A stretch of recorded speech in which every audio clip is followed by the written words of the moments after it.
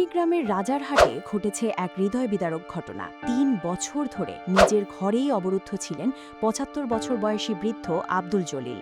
অভিযোগ রয়েছে তার বড় ছেলে আব্দুল মুন্নাফ জমি লিখে নেয়ার লোভে বাবাকে জিম্মি করে রেখেছিলেন। গতকাল বুধবার সকালে বৃদ্ধার স্ত্রী মাহমুদা বেগম মারা গেলে তৈরি হয় চরম অমানবিক পরিস্থিতি। অভিযোগ ওঠে বড় ছেলে আব্দুল মুন্নাফ শুধু নিজেই জানাজায় অংশ নেননি, বরং বৃদ্ধ বাবাকেও ঘরে তালাবদ্ধ করে রাখেন।